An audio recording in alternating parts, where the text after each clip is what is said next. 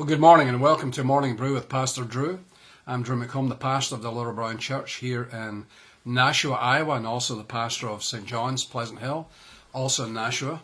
And thank you for joining us this morning. And please share this broadcast with your family and friends on Facebook, if you will. We'd like to increase our viewing audience and reach more people. So if you do that, that'd be great.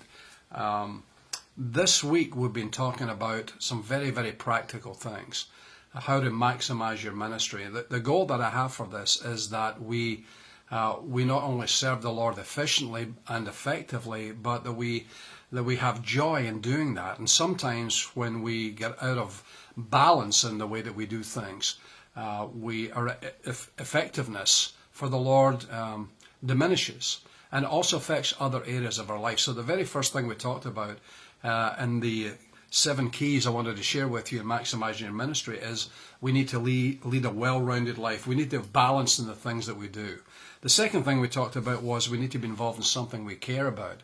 Now, we all know that there are things in the church that we have to do because they're necessitous, like church work days, clean-up days, and stuff like that.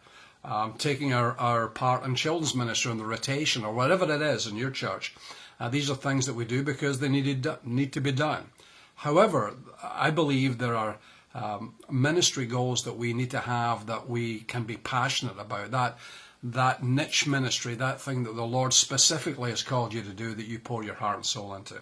Then yesterday we talked about the importance of rehearsing each challenge mentally, and by that I mean that we don't just respond to things, that we actually think about what we're doing, that we not only bounce it off our own mind, if you will, but sometimes we share it with others to get the wisdom of counsel.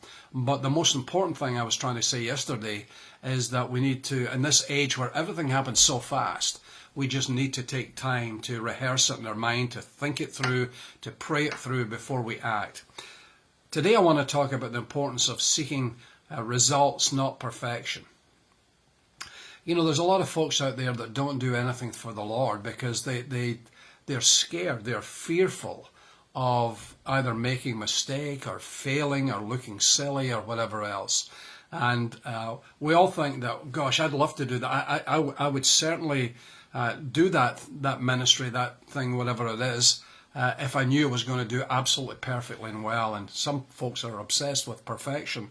And that's a great goal. There's nothing wrong with that, to have a desire to be good at what you do. That famous book that was written called In Search of Excellence gives us ideas about how to do that. And so it's important that we strive for that. But you know what?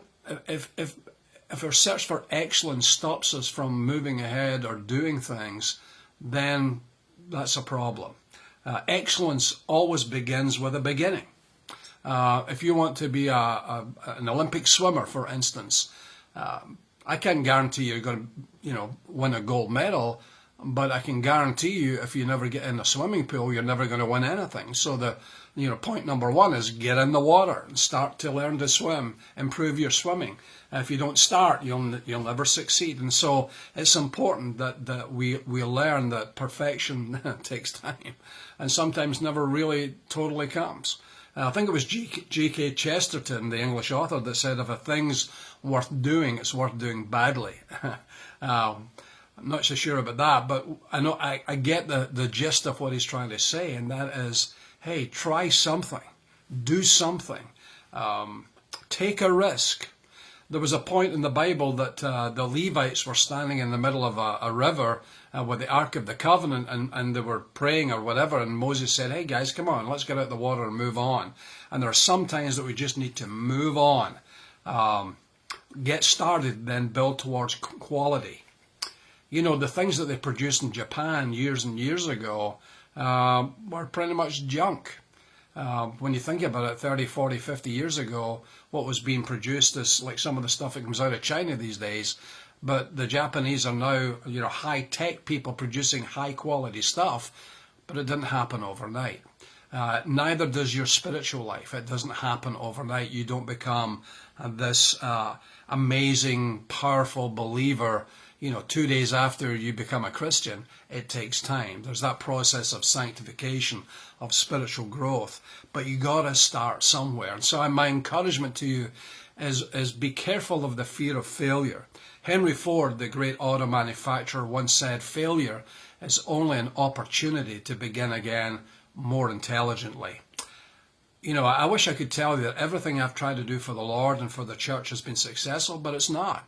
We've tried a whole bunch of things that sometimes failed miserably, sometimes were semi-successful, didn't quite get there, that we never tried again. And then there are things that we just kept on doing because we knew it was God's calling us, and eventually things improved and got better. What I'm trying to say is do something for the Lord. Take a risk. Take a step of faith.